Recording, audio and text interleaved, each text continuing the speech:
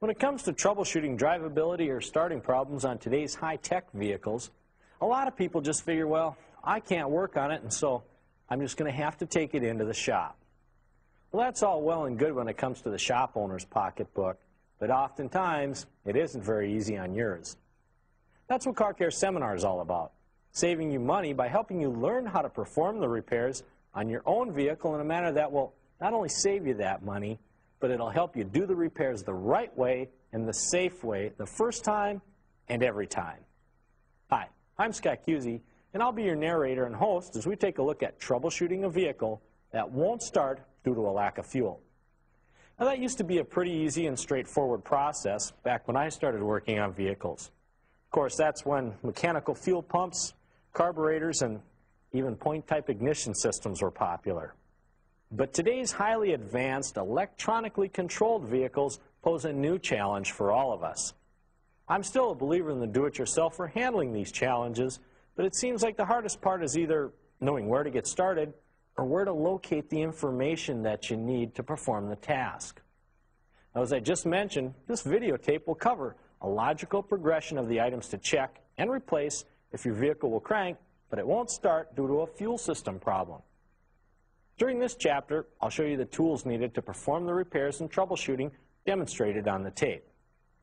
Chapter 2 will cover some of what I call the basic checks that should really be performed to determine the nature of the problem. Engines need two very basic items in order to run: spark and fuel. Once you've determined that the cause of the no-start condition is a fuel system-related problem, our first place to inspect will be the fuel filter. In Chapter 3, we'll demonstrate how to replace the fuel filter on many carbureted type of vehicles. In Chapter 4, we'll look at replacing an inline type of fuel filter common on many carbureted and fuel-injected vehicles. As we continue to troubleshoot the cause of our loss of fuel, Chapter 5 will cover an item commonly found on Ford vehicles called the inertia switch. The inertia switch is used to turn off the electric fuel pump in case of an accident. A nice safety feature, but it doesn't take much of an impact to trip one, so we'll not only look at where to find the inertia switch on Ford vehicles, but we'll also show you how easy it is to reset it. Since we'll be covering several years of vehicles, Chapter 6 will cover testing a mechanical type of fuel pump, while Chapter 7 will demonstrate how to replace a typical mechanical fuel pump. In Chapter 8, we'll be covering the testing of an electric in-tank fuel pump and its relay, a system more commonly found on fuel-injected vehicles. Chapter 9 will demonstrate the proper removal and replacement of that in-tank electric fuel pump as we continue tracing back the source of our fuel problem. Chapter 10 will take us to an item that you may not think has anything to do with the fuel system. That is the oil pressure switch. The oil pressure switch on some vehicles must be correctly operating as the power supply to the electric fuel pump passes through the oil pressure switch during cranking. Therefore, a faulty switch could create a no-start problem. Oil pressure switch locating and some tips for replacement will be covered in this chapter. The remaining 8 chapters will be aimed more directly at vehicles that are equipped with electronic fuel injection. Chapter 11 will discuss fuel pressure regulator testing, commonly found on fuel-injected vehicles, and, in a follow-up to that, we'll demonstrate replacement of a typical fuel pressure regulator in Chapter 12.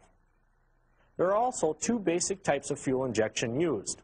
One type is throttle body injection, or TBI, or central fuel injection, CFI, where one injector feeds all of the cylinders of the same engine.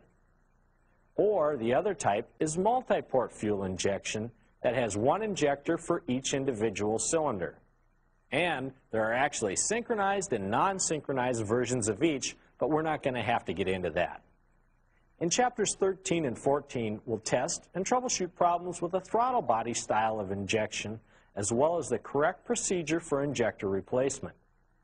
In Chapters 15 and 16, we'll troubleshoot problems with multi-port fuel injectors and demonstrate typical replacement procedures for that style of injection. In our final 2 chapters, my good friend Jim Bates from Wells Manufacturing will be joining us when we talk about testing and replacing Hall effect switches. Hall effect switches can be used for the timing of the spark on the ignition system or can be used for the injector pulse signal for the fuel injection system. That pretty much wraps up the areas that we'll be discussing on this tape.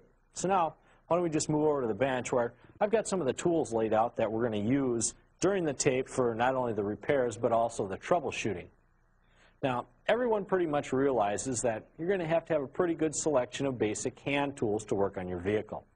Some examples of that include combination wrenches, both metric and standard, shallow and deep well socket sets, again, probably metric and standard, Phillips and flat blade screwdrivers, a pair of safety glasses, a set of metric and standard tubing wrenches, some shop towels and hand cleaner for cleaning up afterwards, and a floor jack and a set of jack stands for any of those procedures that may take you underneath the vehicle.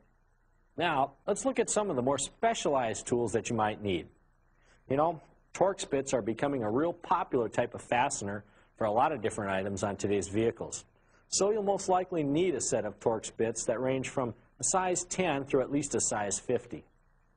Now, since we'll be concentrating mostly on the fuel system, here's a special line disconnect tool used mainly on Ford vehicles. They use a special connection on some fuel lines, transmission lines, and air conditioning lines that require the use of a tool like this to separate them. Another common troubleshooting tool is a hand vacuum pump, mainly used to check vacuum diaphragms and vacuum-related switches and relays. Now, fuel system testing also commonly requires the use of a fuel pressure tester. One like this can be used for carbureted vehicles, but you'll need a high-pressure tester like this for working on fuel-injected vehicles. You're also going to need a handheld digital volt ohm meter for testing the electrical circuits involved with the fuel system, and it's also a good idea to have a couple of jumper leads around too.